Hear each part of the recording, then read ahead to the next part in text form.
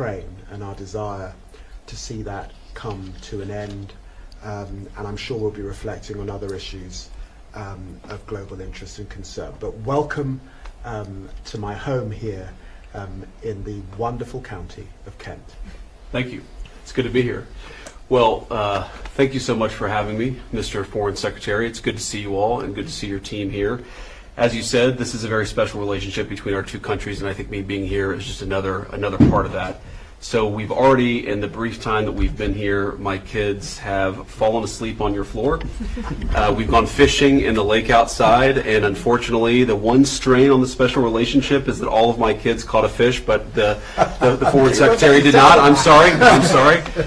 It is great to be here in Kent again. My wife and I love this section, this area of the UK. We actually were here a couple of years ago. We went to Dover and to the Cathedral of Canterbury, so we love this country. We certainly love this part of the country. And so it's great to be here. As David said, we have a lot to discuss. There's a lot going on in the world. Of course, the situation in the Middle East, the situation with Ukraine and Russia. There's a lot of news there and a lot of things to update each other on. I believe that we're going to talk about our economic partnerships, both in technology, but also the broader shared economic relationship that we have, and we're so thrilled about that. But just on a personal note, I have to say that I really have become a good friend, and David has become a good friend of mine, and so it's great to spend some time here with him and his family. On the trip over here, my 3-year-old daughter in particular kept on asking if she was going to get to hang out with Maya.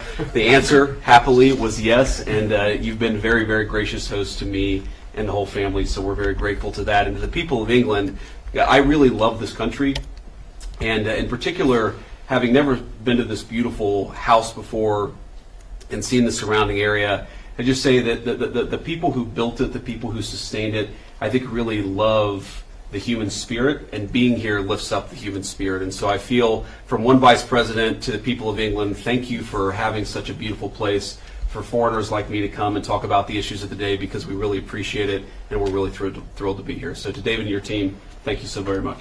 Thank you. Absolutely. Thank you. Yeah. Did you catch a fish, sir?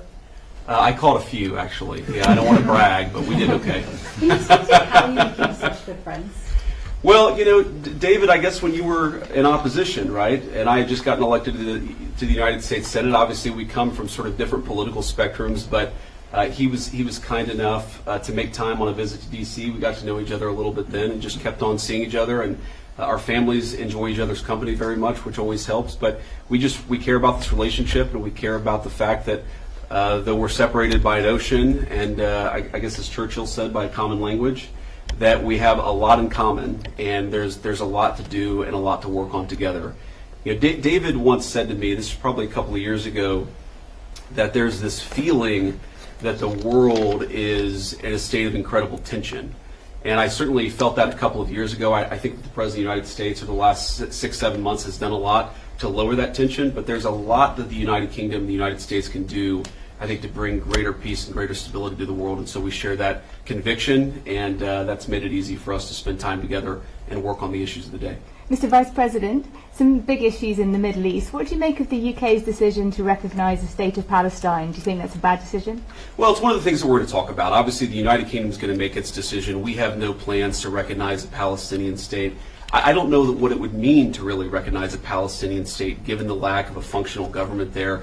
You know, what the President has made very clear is our two goals are very simple right now vis-a-vis the situation in Israel and Gaza. Number one, we want to make it so that Hamas cannot attack innocent Israeli civilians ever again, and we think that has to come through the eradication of Hamas. Second, the President has been very moved by these terrible images of the humanitarian crisis in Gaza, so we want to make sure that we solve that problem. I think all of us can work on how to solve that problem. Obviously, it's not an easy problem to solve, or it would have already been dealt with, but we share, I think, that focus and that goal. We may have some disagreements about how exactly to accomplish that goal, and we'll talk about that today. Mr. Vice President, what do you make of President Trump's comments last week about you the likely front runner in the 2028 race? I don't want to talk about lowly things like politics in this grand house. Come on.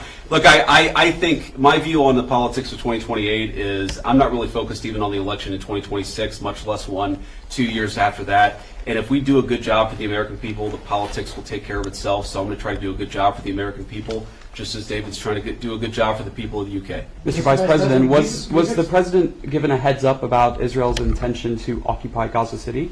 I'm not going to speak to private conversations between the Israeli government and our government. I think the president obviously has been very clear about his goals, about what he wants to accomplish in the Middle East, and he's going to keep on doing that. The president, as you know, speaks to these issues commonly. I'm sure that he'll talk at some point to the media about his response to what's happened or what was announced earlier today in Gaza. But our goals are very clear. We want to make it so that Hamas can't attack innocent people. We want to solve the humanitarian problems in Gaza. We're working incredibly hard, the president and the entire team, to make sure that happens. I mean, we've been in constant negotiations and conversations, even the last 24 hours, about how to get more aid into Gaza, about how to solve that humanitarian problem, and also how to get Hamas to a position where they can't continue to threaten the citizens and the civilians of Israel. So there's a lot of work to do there. There's a lot of common objectives here. There is some, I think, disagreement about how exactly to accomplish those common objectives, but look, it's a tough situation. Of course, we're not going to know exactly how to solve a very complicated problem. As the president has said himself, that people in some ways have been fighting for thousands of years. If it was easy to bring peace to that region of the world, it would have been done already. Mr. President, you've expressed some concerns in the past about free speech in the United Kingdom and Europe more broadly.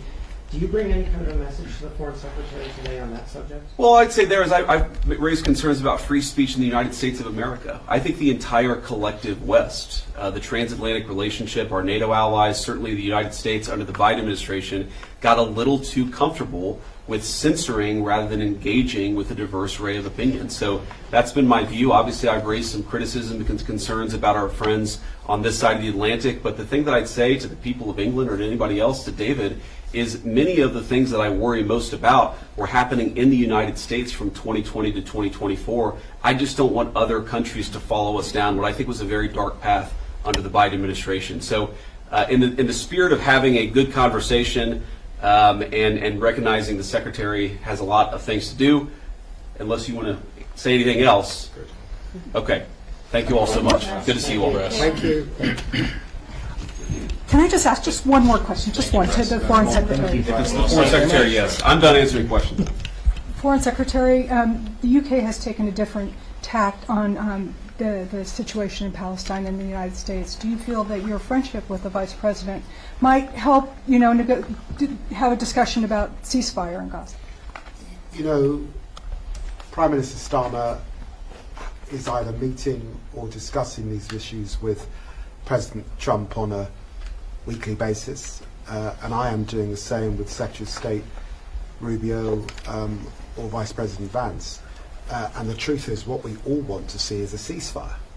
What we all want to see are the hostages come out, and we are hugely concerned by the humanitarian suffering that we're seeing in Gaza particularly. So it is bringing that to an end that we want to see. I am concerned about what is developing in Gaza at this time and the recent decision by the cabinet, and hugely concerned, as I think a lot of Israeli people are, about the impact, particularly on the hostages, and we'll be able to discuss these issues in the hours ahead. Thank you very much. Thank you all. Thanks, President. Thank you very much.